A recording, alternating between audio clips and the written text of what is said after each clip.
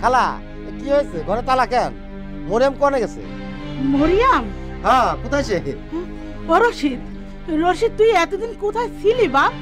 একটা খবরও তো দিলি না। ও রশিদ। মরিয়ম করে খালা? মরিয়াম হ্যাঁ? আছে, আছে মরিয়াম আছে তো, কোথায় সে খালা? সেই যে বোর সাথে জিদ করে তুই বাড়ি ছাড়লি, একদিন দুই দিন করে বছর হয়ে গেল, কেউ তোর একটা খোঁজ এনে দিতে পারলো না। বউটা তোর পথের দিকে চেয়ে থাকে।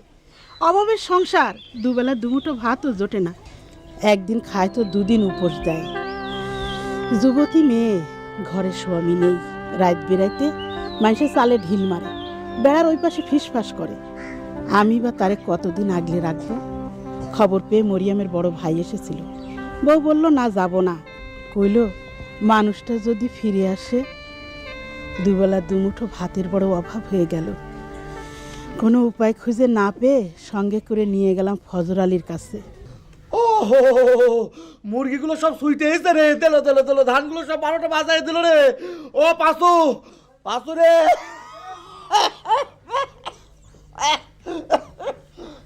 যে বলেন। কেন আমি বলবো তারপরে তুই শুনবি? কেন নিজের চোখে দেখতে পাচ্ছিস না মুরগিগুলো ধান কেমন খুঁটায় খাচ্ছে? দেখতেছি। দেখতেছি, একটা কাজ না বললে করতে চায় না।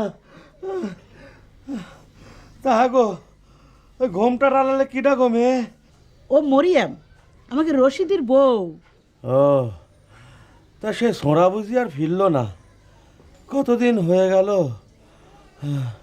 আর ফিরবি বা কেমন করে? শহর তারে জাদু করেছে গো, সে জাদুর মায়া কাটানো বড় কষ্টের। তা বইয়ের তো আর দিন চলে না।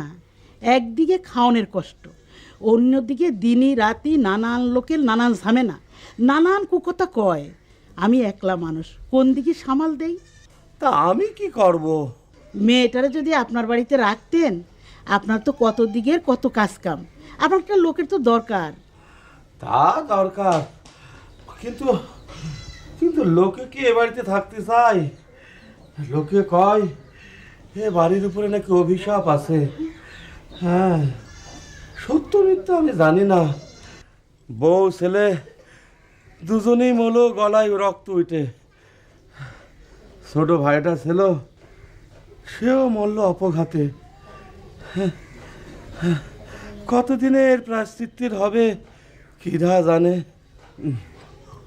এ বাড়িতে থাকলে নাকি শরীরে খারাপ বাতাস লাগে, মানুষ শুকায় মরে। কিন্তু কই, পাঁচু তো রয়েছে, ময়না রয়েছে, কই তাদের তো কিছু হয়নি। ও যদি থাকতে চায় থাকুক, আমি তো আজ আছি কাল নেই। আমার ওই সাতকুলে পাঁচু আর ময়না ছাড়া দেখার কেউ নেই। বাতের ব্যথাটাও বেড়েছে, এদিকে আবার হাঁপানি। ও ময়না, আমার একটু ধর রে, ঘরে নিয়ে চল, আমার আর বসে থাকতে ভাল লাগছে না।